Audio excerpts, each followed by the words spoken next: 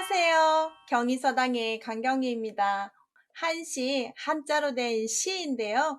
시 좋아하시죠? 저도 참 한시 좋아하는데요. 봄시 하나 볼게요. 봄이 오고 있습니다. 봄, 춘, 일어날 흥에서 봄의 흥취, 봄의 느낌이 아주 흥, 이런 것을 정몽주라는 고려말 문인이 졌던 건데요. 한시 한번 보시죠.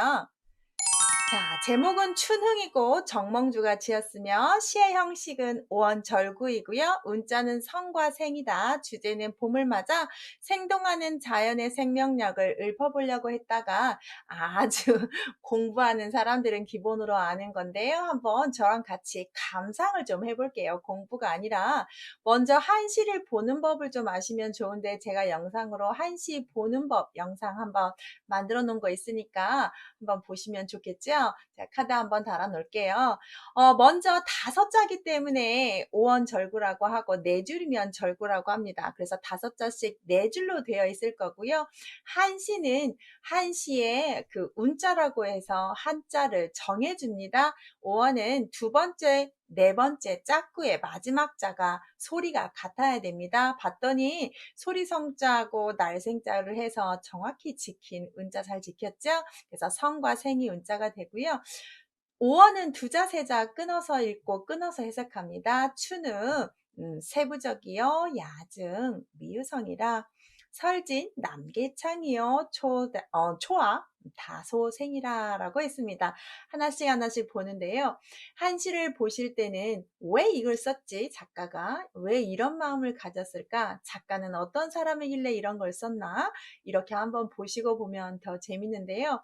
오늘은 정몽주라는 작자가 상당히 우리에게 걸출한 문인이죠. 그래서 살짝 보시고 이분이 뭐 시대적으로 그런 자기가 살았던 시대를 쓴 게 아니라 글을 잘 쓰시고 봄에 대한 정취를 가볍게 썼던 유명한 작품입니다. 그래서 정몽주에 대해서 살짝만 보고 가죠.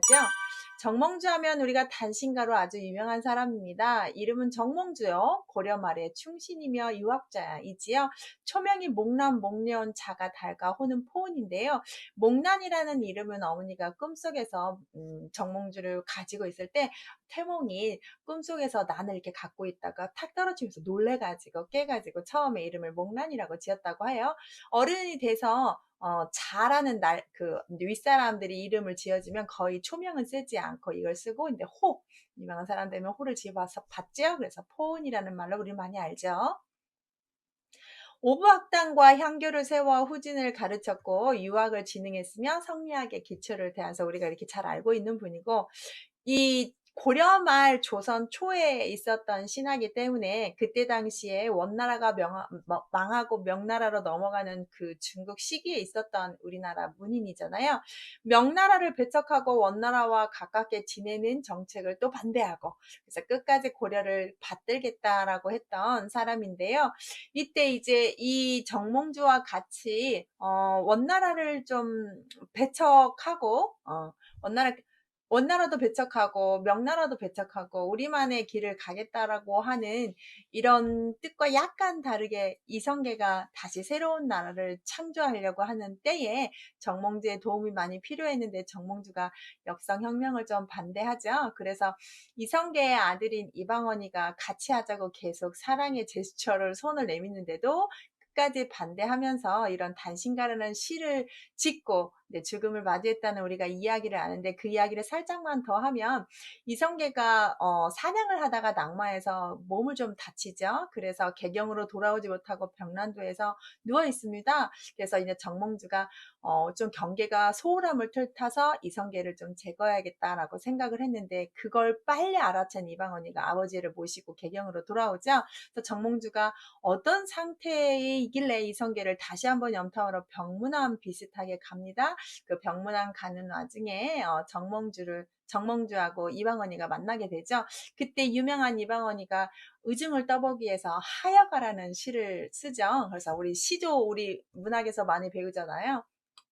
그래서 이런들 어떠하리 저런들 어떠하리 만세상 드렁치기 얽혀진들 어떠하리 우리도 이같이 얽혀져 100년까지 같이 하자라고 하니까 단신가로 이렇게 화답을 하자 이 몸이 죽고 일벅번 고쳐주고 백골이 진토되어 넋이라도 있고 없고 이명한 일편단심이야 가실 줄이 있겠냐라고 해서 일편단심이라는 말로 고려를 저버릴 수 없다는 의중을 표현하니까 개경 선주교에서 이방원이가 정몽주교를 제거했다는 이야기로 알고 있잖아요. 우리는 오늘 한자 관련을 보니까 원문도 이렇게 돼 있습니다. 여기 보시면 차신 사료 사료 일백번 갱사료라고 했고 백걸위 진토 혼백유 야무라 향주 일편단심 영유 계리 여지다라는 게 원문입니다. 그래서 이렇게 정몽주가 유명하게 알고 있는데 대단한 학자이면서도 작품이 상당히 많습니다. 오늘은 봄을 보면서 느끼는 감정을 정몽주가 졌던 추능이라는 시를 간단하게 한번 볼게요. 자, 첫 번째 봄춤 비유 가늘새 아니 불자인데 아니 불자 뒤에 지읒자가 오면 부 발음을 해야 됩니다. 아니부 물방울자. 그래서 두 자를 보니까 봄 비가 가늘어 방울지지 않더라. 보통 장맛비나 소나기는 굵직굵직하게 내리는데 봄비가 부슬부슬부슬하게 해서 방울이 지지 않고 부슬부슬처럼 살살살살 내렸나 봅니다. 그래서 시각적으로 우리가 비가 오는 걸 눈으로 보는 것처럼 보이죠? 그래서 봄비가 가늘어 방울지지 않으니 야중 미유성이라 밤중에도 소리가 작다. 작은 소리가 있을 뿐이다 라고 뜻이요. 비 오는 소리가 들리지 않아요. 오긴 오는데 소리가 아주 작게 들립니다. 한밤중에 가만히 소리 들린다. 작은 소리가 있을 뿐이다 라고 표현해서 약간 이제 시적으로 가만히 소리가 들린다. 아까는 비를 보는 것처럼 이거는 봄을 봄비를 듣는 것처럼 이렇게 청각적으로 해석을 했어요.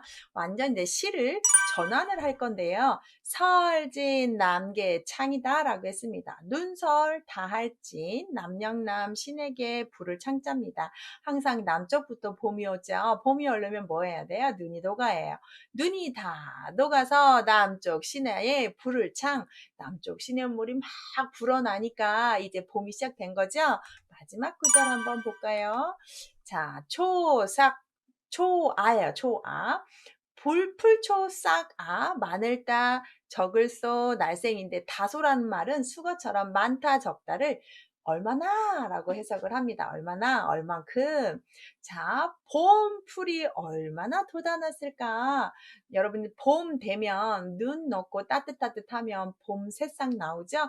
그것을 아주 궁금하면서 이렇게 새싹이 나온다는 것은 봄이잖아요. 봄. 그래서 풀싹이 얼마나 돋아났을까 라고 해서 자기의 봄 기분을 이런 식물들에게 딱 전가를 시키면서 마무리를 짓죠.